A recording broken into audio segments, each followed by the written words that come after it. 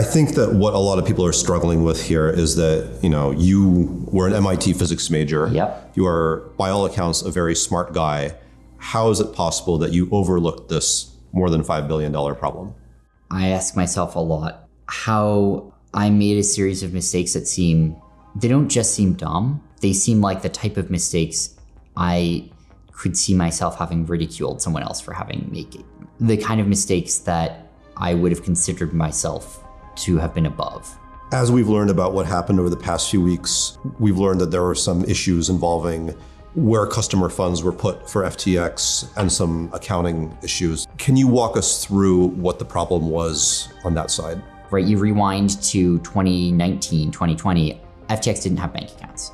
And that was because as a global crypto exchange at the time, almost none of them were able to get, global banking. Some customers still wanted to onboard fiat currencies though. FTX was maintaining cryptocurrency wallets, but not banking accounts. And so some of them would wire money to Alameda and then ask to be credited on their FTX account. How much of this customer money was wired to the Alameda bank accounts? I don't have the numbers in front of me, but my estimation is I think more than half. More than half? More than half of Alameda's total position came via that method. So how many billions of dollars are we talking about, at least ballpark? I think north of 5. And so this was actual US dollars that customers transferred to Alameda bank accounts. Yeah. And they were credited for it on FTX. Yeah, that's right.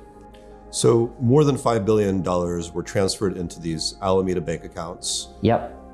It was then credited so that customers saw that they had that balance on their screens. Yep. What actually happened to the dollars sitting in those bank accounts?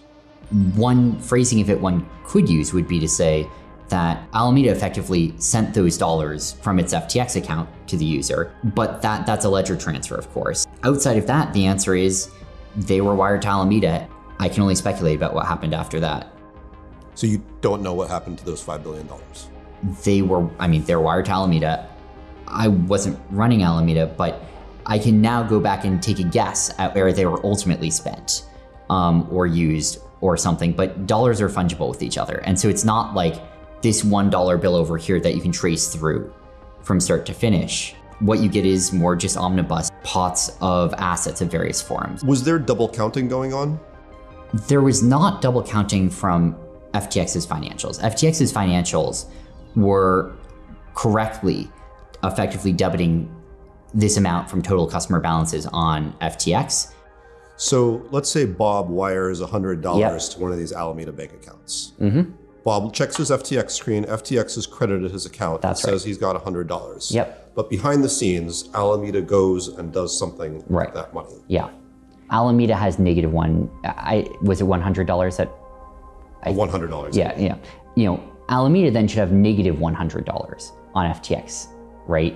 Because effectively, or at least that would be one way to mechanic this, right? Would be Bob sends to Alameda over here off of FTX through a wire transfer. Then on FTX, Alameda sends to Bob. But the whole key there is you need to keep track of that negative Alameda piece, of the fact that Alameda is crediting other people, thus that should be debiting from the funds that they have on FTX. So this problem developed in which more than $5 billion of user funds was sent to Alameda, and it was not properly seen in the systems. It made Alameda's position seem much less large than it was. You only became aware at the beginning of November? I don't remember the exact date, but it is somewhere around there, yeah. I was surprised at what happened when you added those numbers together. I don't know exactly when that notional became so large, that wire transfer piece. I think it was surprisingly recently, given that it was, because this was a sort of legacy system, right? We transitioned away from this system over time, but I think that some people just kept wiring to Alameda anyway, even after we had built out our own payment networks and removed any traces of that old pathway. And so I think it was maybe surprisingly recently that a lot of that happened as well. Was Alameda using this money that came in to that account as part of its collateral on FTX? Not to my knowledge, but I'm not sure. But that is possible that was how it was being used? I don't know what they did with which pieces of assets. And given that dollars are fungible with each other at the end of the day, I'm not sure it's even well defined to talk about whether it was those dollars or other dollars that were sent somewhere. But if a dollar went in to one of those Alameda bank accounts, then it would have become part of the customer's margin position and part of Alameda's margin position. If it had gone to an Alameda bank account, then it would become part of the customer's collateral on FTX, right? And it would have increased Alameda's margin position on FTX effectively. I wanted to ask about the FTX terms of use. They say that you control the digital assets held in your account. They can't be loaned out, except there's also another part of the terms of use that talk about margin trading, in which there is actually language that says your money could be loaned out and it could disappear if somebody's trade goes bad. On FTX, did you have to opt in to do margin trading? So for the peer-to-peer borrowed lending order book, you did, yes. How many people and how much money was actually in that? I don't know exactly off the top of my head. I think it was, I want to say $8 or $10 billion at the peak. I don't know what it is today. Were you sweeping people into margin trading and allowing their collateral to be loaned out?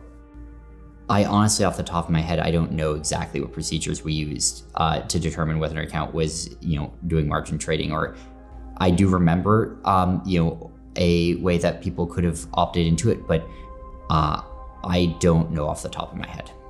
Was there a violation of the terms of use? I don't know of a violation of the terms of use.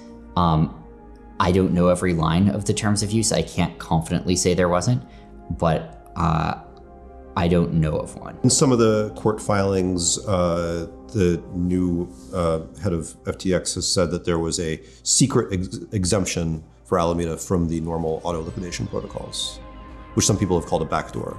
Can you tell us about this secret exemption? I don't know exactly what was being referred to there. That has not been communicated to me beyond the public statements, nor was I consulted or asked on that. So I can only speculate about what was being referred to there. My guess is that that may have been referring to wires sent to Alameda. I'm not sure. I can't speculate on exactly what he was referring to there. But could Alameda be auto liquidated like any other customer? I don't, again, have access to all of this right now. I believe that there was a system in place that I think Alameda and some other accounts were using, which did have some liquidation policies, but which were specific for larger positions. I actually don't know the details of that. These were things that I think like account managers and legal were working out together over the last year, and I was not deeply involved in that process. I do think that the larger accounts did have some amount of extra margin capacity in some cases. So Alameda could take on riskier trades than other FTX customers? I'm not sure, but I think there may have been cases where at least it could take on larger positions. How is it that as a 90% owner of the firm and founder of the firm who was close with the leadership, you didn't know what was going on? Thing is, I was busy.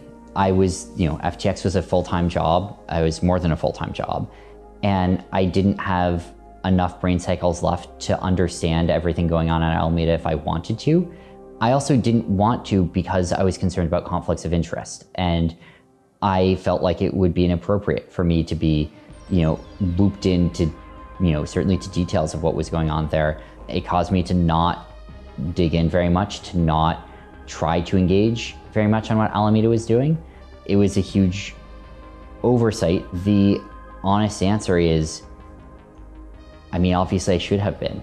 Sam, what you've described sounds at a minimum like gross negligence. Obviously there are a lot of people there who think that you committed outright fraud. Do you expect to go to prison? I'm not focusing on that right now. I don't think I tried to commit fraud anywhere here. I was trying to do the best I could. Obviously that wasn't nearly as good as I thought it was. But honestly, it's not what I'm focusing on right now. This is about the customers at the end of the day. There's one of me, there are millions of them. And I don't think it's right for me to be focusing on what happens to me here. I think I should be focusing on what can be done for customers.